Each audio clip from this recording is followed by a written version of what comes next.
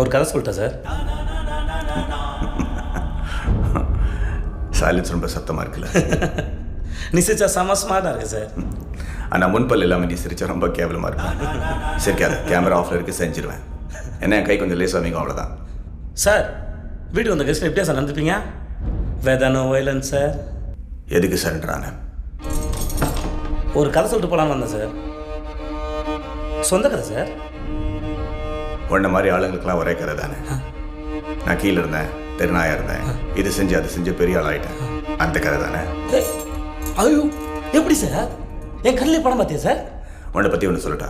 இன்றைக்கே 10 கோடி ரூபா கொடுத்து இந்த தொழிலை விட்டுருனா காசு வேண்டான்னு போயிடுவேன். ஆனால் வீட்டுக்கு போய் இந்த காசு எங்கிட்ட எப்படி பிடுங்கலான்னு திட்டம் போடுவேன். அதுதான் நீ. அதே 10 கோடியை உன் கையில் கொடுத்து என்னை விட்டுடு சார்னு சொன்னா விட்டுடுயா சார் நீ? என்னை வீட்டுக்கு போக சொல்லிட்டு எப்படி என்கவுண்டரில் போகலான்னு பிளான் பண்ணுவேன். அதானே சார் நீ?